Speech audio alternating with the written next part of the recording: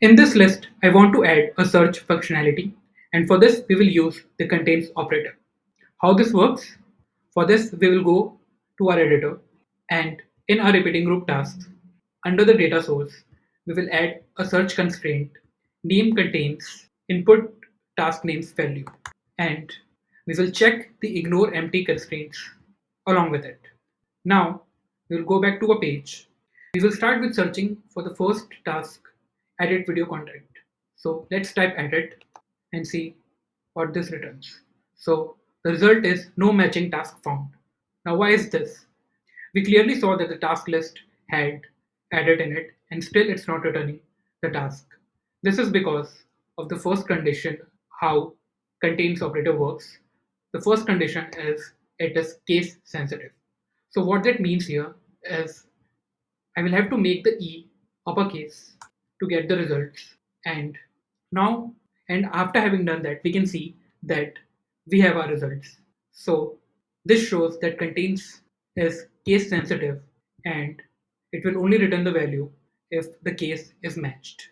Now the second condition for contains to work is that it follows for the sequence of characters, which means that it will only return a value if the sequence of characters has been followed. What that means here is that if I remove the t from the end and I place it at the start, this will not return any value because we are not following the sequence of the characters. So this is the second condition in which we have to maintain the sequence of the characters. The third condition is order of the words. So this means that we need to follow the order of the words while searching for the task under the contains operator. So if I write edit video, it will return the values of edit video here. Now if I place the video in front of the edit, this will not return any value because we are not following the order of the words. So this is the third condition in which the contains work, the order of the words. The last condition is contains returns values for partial words. What that means is if I write ed here, just two letters, we will see that all the tasks that contains ed or add in it will return all the tasks along with it. So this is the fourth condition, that partial words return contains value.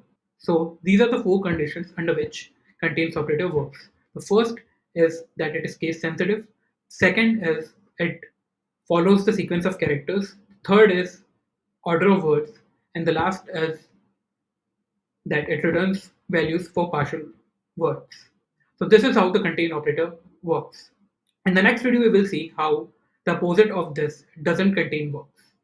So follow the bubblingo operator series to watch the next video and the rest of the series. Thank you. Check out bubblingo.com for more such resources.